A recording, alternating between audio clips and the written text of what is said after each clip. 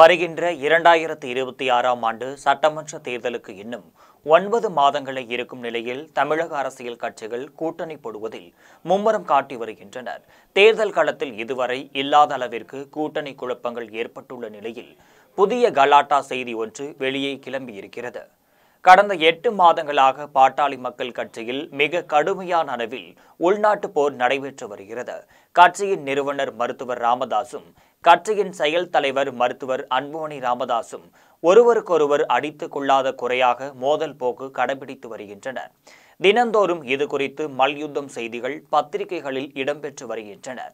கட்சியின் மூத்த நிர்வாகிகள் மற்றும் பிற அரசியல் தலைவர்கள் சமரசம் செய்து ராமதாசும் அன்புமணியும் இணக்கம் காட்டுவதாக தெரியவில்லை. இந்த நிலையில் பாட்டாளி மக்கள் கட்சி யாருக்கு சொந்தம், மாம்பழம் சின்னம் யாருக்கு சொந்தம் என்ற பலமான போட்டி அடுத்த கட்டமாக ஆரம்பித்திருக்கிறது. இருவருமே தனித்தனியாக மாவட்ட அளவில் பொதுக்குழு கூட்டங்களை நடத்த ஏற்பாடுகள் செய்யப்பட்டு ஒருவரை ஒருவர் கட்சி நிர்வாகிகளை நீக்கம் செய்தும் புதிதாக நியமிப்பதும் இப்போது வாடிக்கையாக நடைபெற்று செயல்பட்டு வருகிறது. பாட்டாளி மக்கள் கட்சி துண்டாடப்படும் நிலையில் அன்புமணி ராமதாஸ் சமாதானமாக சென்றாலும் மருத்துவர் ராமதாஸ் அதனை ஏற்றுக்கொள்ளவில்லை. எனக்கு அன்புமணி மீது கொஞ்சம் கூட நம்பிக்கை இல்லை என்று தெரிவித்து வருகிறார் ராமதாஸ். இந்த நிலையில் கூட்டணிகளை முடிவு செய்வதில் முக்கிய கட்சிகள் தீவிர பணியாற்றி வருகின்றனர். சமீபத்தில் காங்கிரஸ் தலைவர் செல்வ பெருந்தகை மருத்துவர் ராமதாஸை சந்தித்து பேசினார். இதனைத் தொடர்ந்து பாட்டாளி மக்கள் கட்சி திமுகவில் இணையுமா என்ற கேள்வி எழுந்த நிலையில் அதற்கு விடை எதுவும் கிடைக்கவில்லை. இதற்கிடையே மருத்துவர் ராமதாஸிடம் செய்தியாளர்கள் இது குறித்து கேள்வி கேட்டபோது கட்சியின் செயற்குழு பொதுக்குழு கூடி இது குறித்து முடிவு செய்யும் என தெரிவிக்கப்பட்டுள்ளது. வருகின்ற தேர்தலில் திமுக கூட்டணி தான் வெற்றி பெறும் என்ற கணிப்பை தொடர்ந்து திமுகவுடன் கூட்டணி வைக்கலாம் என மருத்துவர் ராமதாஸ் முடிவு எடுத்திருப்பதாக அவருக்கும் நெருக்கமானவர்கள் சொல்கின்றனர். இதற்கு தக்க பதிலடியாக விடுதலை சிறுத்தைகள் தலைவர் திருமாவளவன் பற்றி ஆதரவான கருத்துக்களை தெரிவித்து வருகின்றார். இதற்கிடையே பாரதிய ஜனதா கட்சியுடன் கூட்டணி சேருவது என அன்புமணி ராமதாஸ் முடிவு செய்துள்ளதாக கூறப்படுகிறது. இது தொடர்பாக அவர் டெல்லியில் உள்ள முக்கிய பாஜக தலைவர்களை சந்தித்து பேச இருப்பதாகவும் சொல்கின்றார்கள்.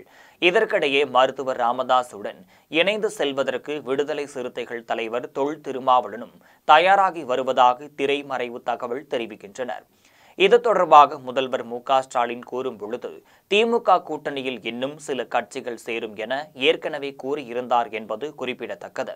இப்படிப்பட்ட சூழ்நிலையில் அதிமுக மற்றும் பாஜகவுடன் நடிகர் விஜயின் தமிழக வெற்றிக் கழக கூட்டணி சேரலாம் என்ற பேச்சு அடிபடுகிறது.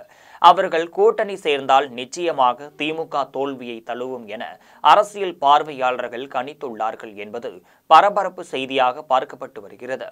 இது தொடர்பாக தமிழக வெற்றிக் கழக தலைவர் விஜயுடன் டெல்லி பாஜக தலைவர்கள் திரைமறைவில் பேசி வருவதாகவும் சொல்லப்படுகிறது. ஒருவேளை அதிமுக, பாஜக, தவிக, பாமக ஆகியோர் கூட்டணியில் சேர்ந்தால் அதை முறியடிப்பதற்கு ராமதாஸ் தேவைப்படுவாரா என திமுக மேலிடம் கருதுகிறது.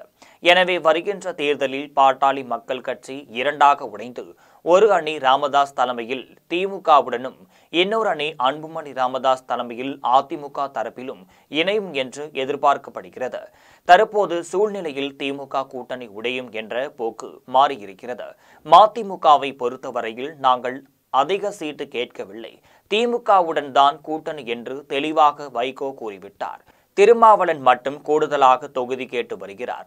அவரையும் சமாதானப்படுத்தி விடுவோம் என முதல்வர் மு.க.ஸ்டாலின் தெரிவித்துள்ளார்.